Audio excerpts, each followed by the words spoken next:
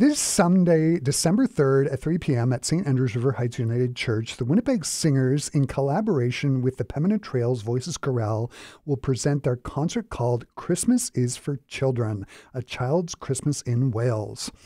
Centered around the nostalgic, charming, and multi-sensory poem by Welsh poet Dylan Thomas of the same name, this concert will provide a truly memorable afternoon of Christmas carols while at the same time summoning up the sights, smells, and feelings of the holiday season. The poem, A Child's Christmas in Wales, will be read by the warm, deep, resonant bass voice of singer and award-winning choral conductor Derek Morphy, with the voices of the Winnipeg Singers and the Pembina Trails Voices Chorale providing some holiday carols.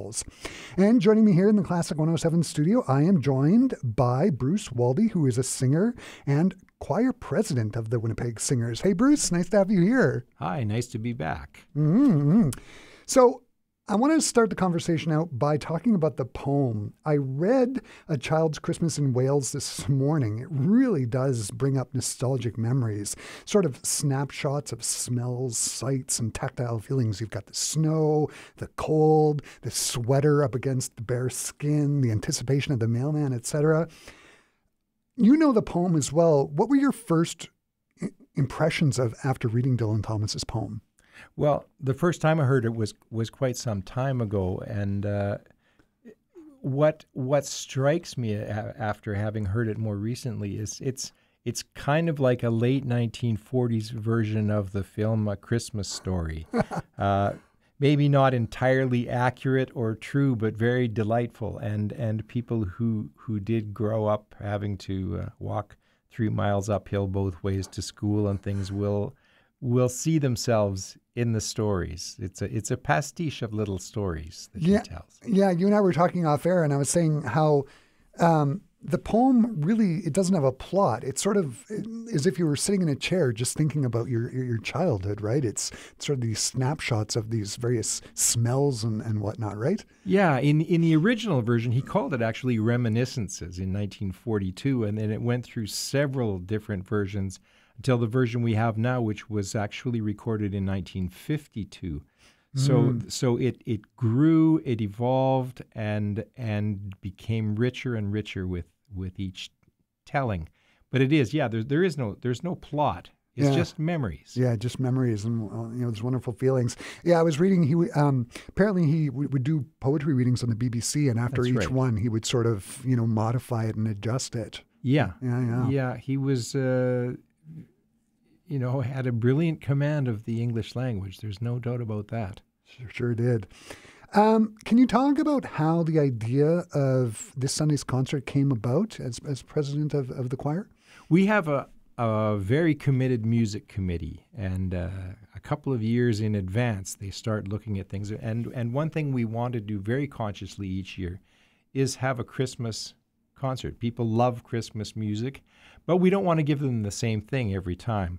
So when the committee decided that this would be something to do that would be a little bit different, we knew we had Derek, and we sort of get to own Derek. So he was co-opted right away.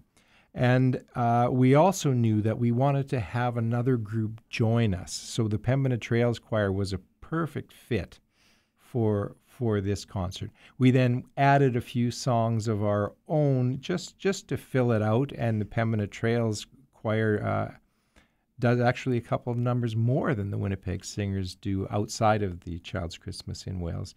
They're very much worth listening to. Yeah, I'm sure. How is the concert going to work? Is it sort of going to be alternating between Christmas carols and Derek reading the poem? How's the afternoon going to lay out? That part of the concert, yes, but we start off with just some maybe lesser known traditional Christmas carols that the Winnipeg Singers perform, followed by Pembina Trails Choir doing the same thing with some songs you might hear a little bit less often. When we get into the main work, which is actually A Child's Christmas in Wales was originally a literary work, but John Washburn of the Vancouver Chamber Choir took that work and wrote the choral arrangements that fit seamlessly into it. So it's become one composition that goes from Derek telling a story to us singing a song to Derek telling a story. And it flows beautifully. The music is simple and clear, and the text is simple and clear, and you'll leave feeling very good at the end of this concert. Yeah, and Derek's voice it's worth the price of admission there. Yeah, it's a great voice. Are there going to be any times where the choir, say for example, is singing lightly under Derek, or is there back and forth? No, we don't sing lightly under. Our conductor Yuri Klaas made one decision that Derek is actually singing a few bars of one of the carols just to make it a little bit more interesting, and it fits into the story a little bit better. But no, Derek reads, then we sing, and we try to leave a little bit of space so that we do get the beauty of the music right from beginning to end. Yeah, it sounds like it's going to be great. Can you talk about some of the other Christmas carols that you're going to be doing? And in particular, I'm talking about the arrangements, some of the arrangements that you're going to be singing? Well, we're doing... You know that the Winnipeg Singers are big fans of Ola Yelo, so yes. we never want to do a concert that doesn't have something. So we're doing Spotless Rose, which is fairly well known. I think you may have heard of a song called Deck the Halls, but we're doing it in 7/8 time, which is nice. Just a little bit different and makes us pay attention. A Welsh lullaby fits in perfectly there, and My Dancing Day is about as UK Christmas carol as you'll get. Yeah. The same thing with the Pembina Trails, they've very carefully chosen the music that they're performing, and you'll hear a lot of different colors in their sound. Mm-hmm. So you touched on a little bit a Welsh lullaby. I was with a concert like this. Are there going to be any carols sung in Welsh? That would be too dangerous. No, we're not going to do that. But Derek, who spent an awful lot of his youth in Wales, will be reading with a fairly accurate Welsh accent. I was with him last night, and he received a warm-hearted compliment on his Welsh accent. So it must be working. Yeah. Bruce, you've been with the Winnipeg Singers for a number of years now. What do you like most about performing at the annual holiday concert? The warmth of what we do. All of the year we try to perform works that are maybe not necessarily as well known as others, works that are challenging to us as musicians, and works that will make our audiences think. But at Christmas time, there's a warmth to the music. There's a feeling of comfort, and we blend into the Christmas spirit, and that's very much what I enjoy about singing in the group. Do you have any, for Sunday's concert, do you have any like specific moments in the concert that you particularly look forward to? Our Huron Carol, we're using an updated translation of the English words, which fits far better into our reconciliation attempts.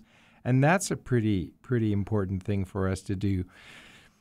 Keeping the men's enthusiasm under control in God Rest Ye Merry Gentlemen has led to some funny moments in rehearsals, but we just enjoy singing all of the pieces here. John Washburn has done a wonderful job of arranging all of the pieces. Yeah. And for our Classic 107 listeners, on Sunday mornings, if you tune into Simon's show, I regularly will program for Simon, the Vancouver Chamber Choir, singing Washburn's arrangements, and they are really, really something special.